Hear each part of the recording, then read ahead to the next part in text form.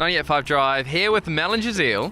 This Friday evening, Scott Drysdale has 24 hours to do 200 laps of Jacob's Ladder. It is not just for fun though, if you can call that fun. It is for a good cause. Scott, thank you so much for chatting with us. No worries, guys. Good to be here. And now, why here? Why Jacob's Ladder? Why 200 times? Why? Look, it's a really well-known fitness spot in Perth, and for those listeners that don't know, one of the best ways to prevent diabetes is actually to exercise regularly. It's a great little training spot, and considering Perth doesn't have too many hills, this is pretty much the next best thing. You did mention diabetes, so that's the cause behind it. Can you tell us more about that? Why are you so passionate about diabetes? Yeah, look, both my dad and my stepdad suffer from type 2 diabetes. My dad recently got out of hospital getting prepped to undergo dialysis the other week, and he's got his 60th birthday this Friday, which is the evening that I start. Oh, wow. So yeah, obviously it's really rough going through that sort of thing with friends and family and seeing what it does to them and their quality of life. So it's just something that I'd really like to try and help other people avoid having to go through. Yeah, definitely. Yeah, great cause. What do you hope to achieve out of doing this? Look, from a financial point of view, I'd really love to raise $5,000 for Diabetes WA. I'd also really just like to kind of spread that word and get people onto Diabetes WA if you're overweight, if you aren't physically active and starting to find that you're having health issues. Going to see people like Diabetes WA is a really good opportunity to get on top of those things and find out where your body is and really help prevent the possibility of actually having to deal with diabetes and becoming insulin dependent, which is never a good thing.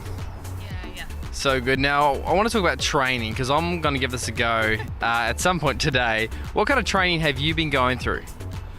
So I've been training for the last 3 months, and I've basically started off at about 10 hours a week, and I've built up to about 20 hours of training each week. That's consisted of a couple of different things, but lots of Jacob's Ladder, 6-hour bike rides, gym sessions, you name it. So you are really well prepared, much more than young Giselle here. How many times have you done Jacob's Ladder so far? Like, what's the most amount of times you've done Jacob's? So in one session this time around, it's been 40 laps as part of my training. Yeah. Wait, so how long did 40 laps take you? It took me about just under 4 hours. Yeah, no, that's cool. That's sweet. How long do I have? 1 hour. Yeah, no. Stand by my comments. 50. So when you say 40 times, is that from the top to the bottom and back up? Is that one? That's one, yeah. One lap. Thank you for finally settling that for us, because I was trying to explain to Giselle, down and up is considered one. It's not two. Down and up is one. What's your game plan? What are you going to do? Are you going to have breaks? What's it going to look like on Friday night?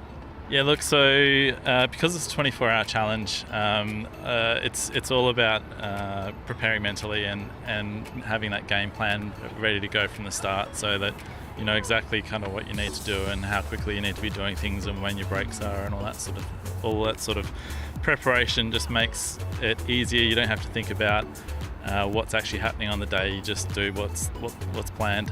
So basically 10 laps every hour, 10-minute breaks every hour to eat and drink and that sort of thing, and that basically works out for about 4 hours worth of rest breaks over the 24-hour period.